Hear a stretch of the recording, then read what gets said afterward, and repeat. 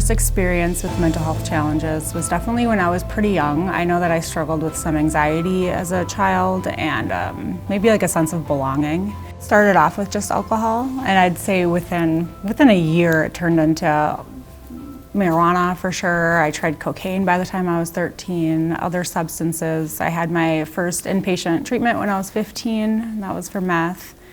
And yeah, so it kind of snowballed really quickly. I was never discreet about my substance use, especially my substance use or my struggles with depression when I was really young. And it affected, like I said, my family relationships, my parents. We fought all the time, me and my mom, who's now my best friend in the world, but we used to fight a lot. My teachers, I think back to my principal in middle school when I was in 8th grade and 7th grade, and Mrs. Donaldson, and she was the best teacher in the world. And it's just, she tried to help me so much, but you're so closed off to receiving that help when you're in those dark places. But yeah, I think about the good things and the bad things, the people that were there to support me and that I wasn't willing to open up to, and the people that I hurt really bad. When I was born, my biological father was actually in prison. So I was adopted when I was 2 by my dad. He was in the military, so we moved around a lot. I felt like I had a hard time relating to other kids. I was anxious. I had the hyperactivity. I felt like the way that I could connect with other people was by joking around and kind of being the class clown, so I kind of fell into that role.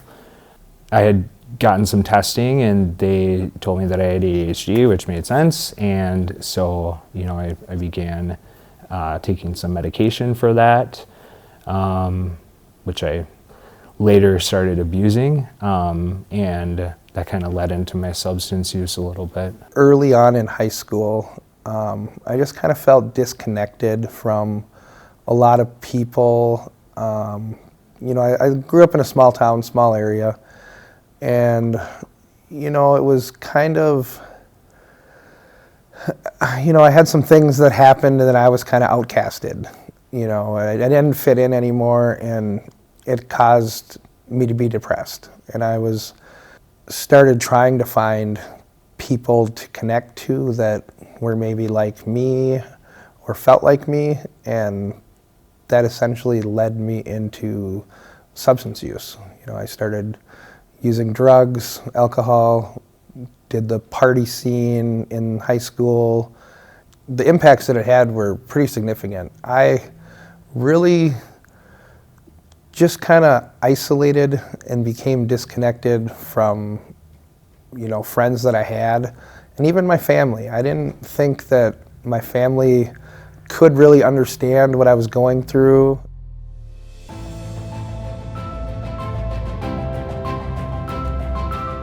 Historically, I always got sober for other people, whether it be my parents when I was younger, my teachers helping me. And as I got older, my daughter, a lot of the times it was for my daughter or for the court system. But I feel like this time around has definitely is the first time in my life that I got sober for myself. I had lost everything. It was either I had to do it for myself or, otherwise I wasn't gonna do it. If I think about like a turning point, like an event, I'd say that when my father passed away, and that was a huge wake-up call for me. And around the same time, I was experiencing a lot of overdoses, and I had friends that were dying, and there was just a lot of stuff that was going on. And ultimately, I had to choose either life or death, and I chose to live.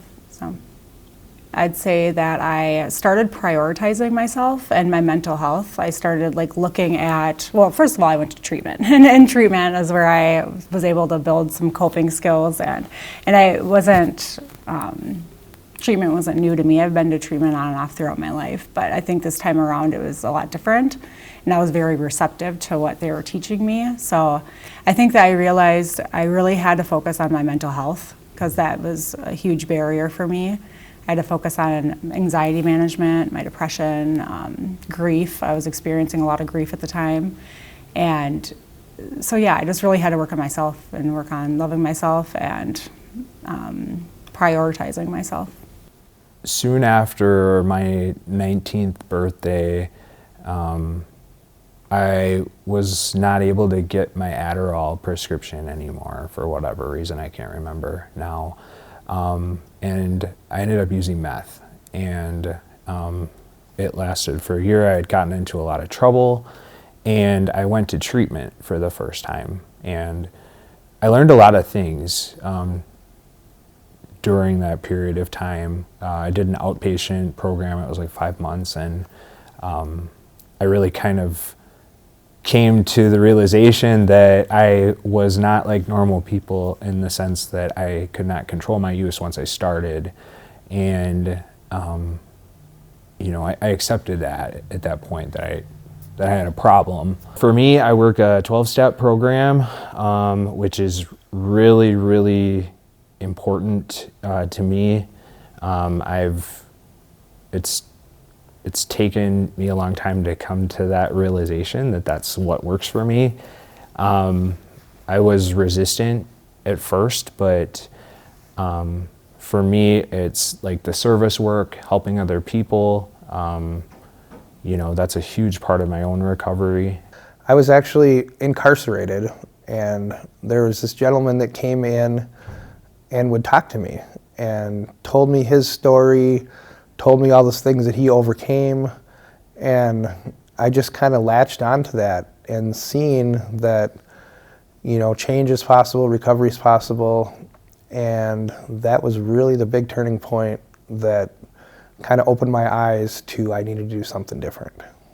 Most significant part of my recovery is the rebuilding of the relationships that I messed up because of my mental health and substance use. I had not talked to my son for several years and missed out on a lot of his school things and just growing up life things. And recently, last year, I was able to attend his graduation from the Army. And when I was using substances and dealing with my mental health, I would never have been able to do that.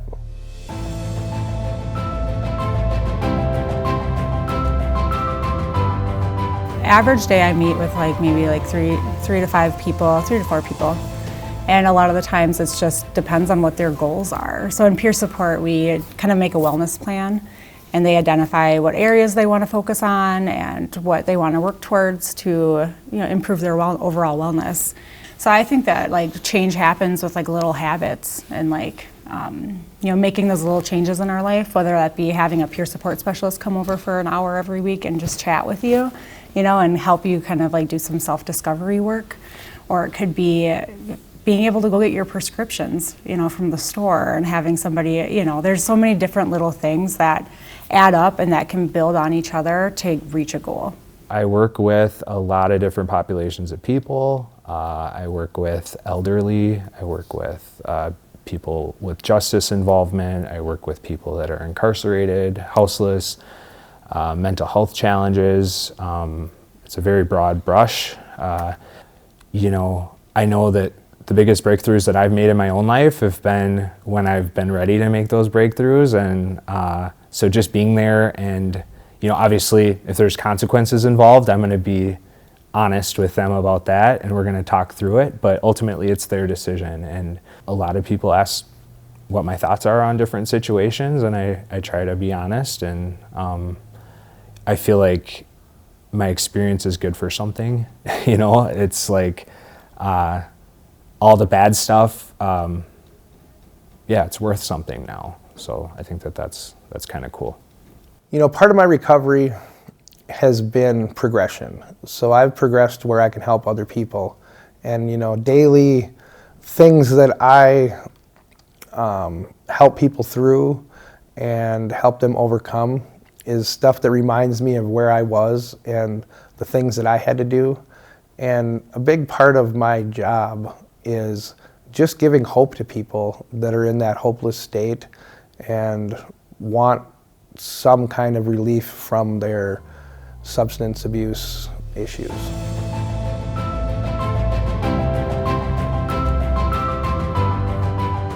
Just keep going.